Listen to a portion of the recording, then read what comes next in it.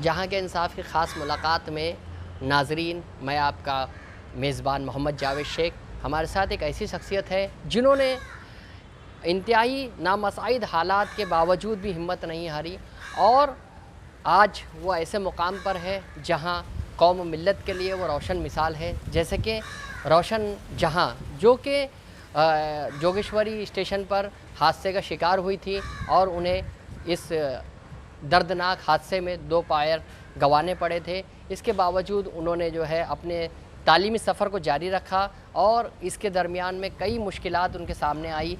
उनकी शुरू से ही तमन्ना थी कि वो डॉक्टर बने, तो डॉक्टर बनने की तमन्ना को पूरे करने के लिए रोशन आरा ने जी जान लगा दी। उसके बावजूद भी उन्हें कई परेशानियों का सामना करना पड़ा, जैसे कि एडमिशन के वक्त उनको काफ़ी परेशानी आई।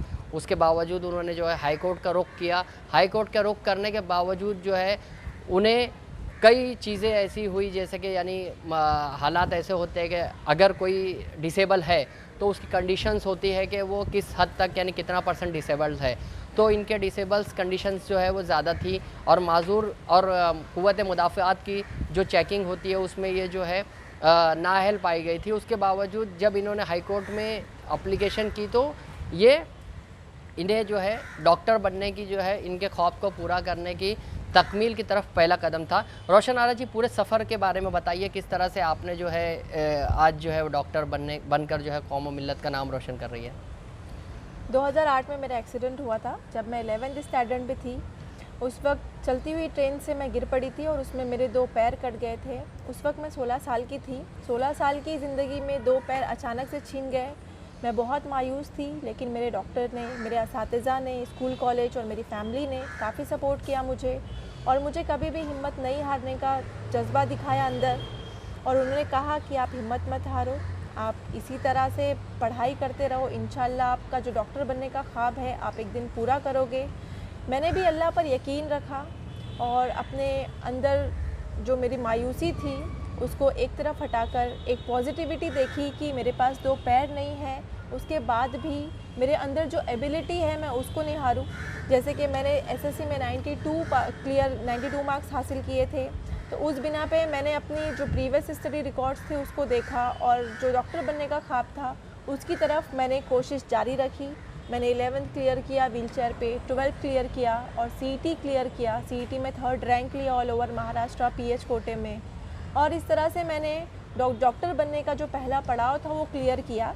लेकिन उसके बाद जब मेरी मेडिकल काउंसलिंग हुई, मेडिकल में एडमिशन से पहले एक काउंसलिंग होती है जिसमें सारे फिज़िकल डिसेबल कैंडिडेट्स को एग्ज़ामिन किया जाता है और उनका डिसेबिलिटी परसेंटेज डिसाइड किया जाता है।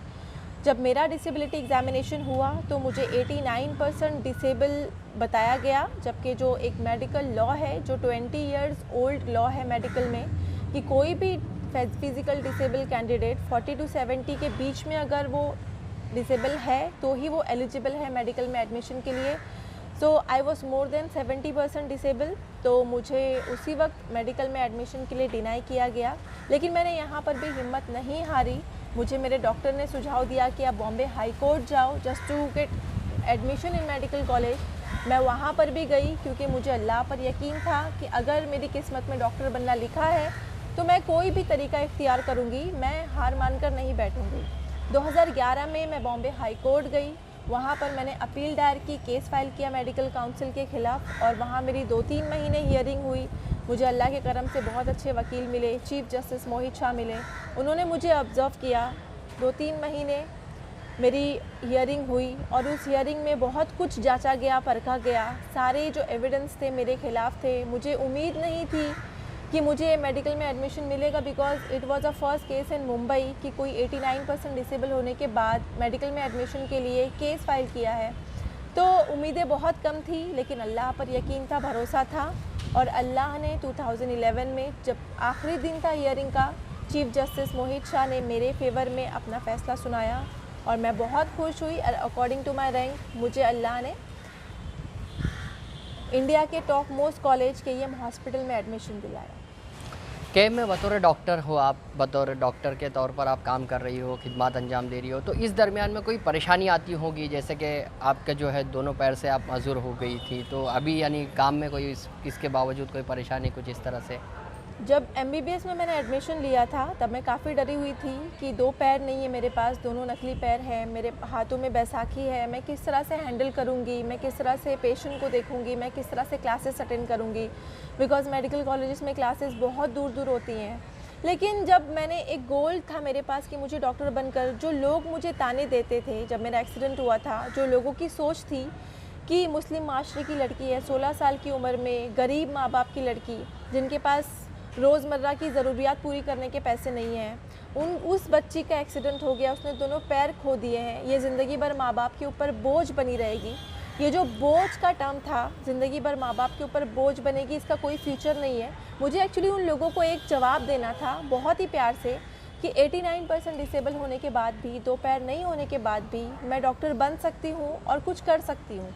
तो मेरे पास एक मकसद था लोगों को साबित करने के लिए, और मेरे पीछे जो भी कैंडिडेट्स आए मेडिकल में एडमिशन के लिए, उनको अगर डिनाई मिले तो उनके लिए भी एक रास्ता खोलना था कि अगर ज़िंदगी में कभी कोई परेशानी आ जाए, आपसे कोई आज़ाद छीन लिया जाए एक्सीडेंट में या किसी भी तरह से, तो मायूस होकर नहीं बैठना है। मेरे साथ एक्सीडेंट हुआ, मैंने अपने दोनों पैर खो दिए, लेकिन मैं मायूस नहीं, मैंने गिव अप नहीं किया, और आज मैं यहाँ पे एज अ डॉक्टर आपको इंटरव्यू दे रही हूँ। तो इस तरह से मुझे बस मेरे सामने एक मकसद था कि मैं लोगों को साबित करूं कि कोई भी डिसेबिलिटी के बाद कोई भी इंसान बेकार नहीं होता, नाकारा नहीं होता, उसे डीमोरलाइज नहीं करना चाहिए, जबकि उसके अंदर की एबिलिटी को निखारना चाहिए, उभारना चाहिए, और उसे सुझाव देना चाहिए कि आपके पास एक चीज़ नहीं है तो क्या हुआ, आपके पास दूसरी चीज़ है, आप उसे यूज़ कीजिए और आप ज़िंदगी में आगे बढ़िए। तो मुझे इस तरह से एक मकसद था। तो मेरे सामने बहुत सारी परेशानी आई जब मैंने एमबीबीएस में एडमिशन लिया, बहुत दिक्कतें आई, और अभी भी जब मैं आर्टिफिशियल लेग से चलती हूँ तो मुझे काफ़ी दर्द होता है, काफ़ी इचिंग होती है, लेकिन मेरे सामने एक मकसद है कि मुझे लोगों को प्रूव करना है कि एमबीबीएस मैंने अल्हम्दुलिल्लाह से क्लियर किया फर्स्ट क्लास से, मुझे एमडी भी क्लियर करके लोगों को साबित करना है कि 89% डिसेबल होने के बाद भी एक फिज़िकल डिसेबल बंदा एमडी कर सकता है, एमबीबीएस कर सकता है। उर्दू मीडियम से तालीम हासिल की आपने, अंजुमन इस्लाम उर्दू मीडियम स्कूल है रही है, तो उसमें तालीम हासिल करके डॉक्टर तक का सफ़र आपने तय किया, और वो भी माजूरी के बावजूद। तो इसके बावजूद आपने जो तालीम हासिल की, जो लोगों ने आपको ताने दिए, तमाम चीज़ों की बातें हुई, तमाम तरह के लोगों ने कहा कि भाई पूरी तरह से ये अभी नाकाम हो चुके हैं, ज़िंदगी में इसका कुछ नहीं है, तो इसके बावजूद जो आपने ये इस मुकाम को हासिल किया, तो इसमें आप मुस्लिम लड़कियों और मुस्लिम नौजवानों को, और जो इस तरह के लोग हैं जो माजूर होने के बावजूद मायूसी अख्तियार कर लेते हैं, उनको क्या पैगाम देना चाहती है आप? मैं बस सारे लोगों को यही पैगाम दूंगी कि जैसा आपने कहा कि मेरी स्कूलिंग जो है उर्दू मीडियम से हुई, मैंने फारूक हाई स्कूल से 10th तक किया, फिर मेरा कॉलेज अंजुमन इस्लाम बैंड्रा रहा। तो स्कूलिंग 10th उर्दू मीडियम से करने के बाद भी लोगों को हिचकिचाहट होती है कि हमने उर्दू मीडियम से तालीम हासिल की है, सेकेंडरी तक, 10th स्कूल तक, हमारा आगे फ्यूचर नहीं है, इंग्लिश में बहुत परेशानी आएगी। तो ऐसा नहीं है, मैं आपके सामने एग्जाम्पल हूँ। मैंने 10th तक उर्दू मीडियम से तालीम हासिल करके मैं MD तक आई हूँ।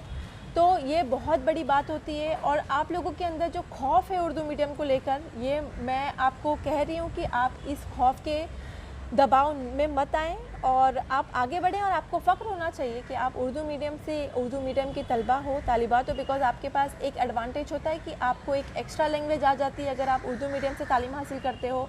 और दूसरी बात ये है कि जो नॉर्मल लोग हैं और जो फिज़िकल डिसेबल कैंडिडेट हैं, मैं सारे लोगों को बस एक मैसेज देना चाहूँगी कि आपकी ज़िंदगी में कोई भी परेशानी आए, कोई भी डिफ़िकल्टी आए, बस आप अल्लाह पर भरोसा रखें, अपने अंदर की जो नाउम्मीदी है उसे हटाएं, और जो पॉजिटिव चीज़ें हैं आपके अंदर की, जो एबिलिटी है, उसे पहचानने की कोशिश करें। अगर आपको नहीं समझ में आ रहा है तो आपके आसपास के लोगों से पूछिए कि आपके अंदर कौन सी सलाहियत है जो छुपी हुई है, उसको अंदर से निखारिए, और इंशाल्लाह आप ज़िंदगी में कामयाब रहेंगे।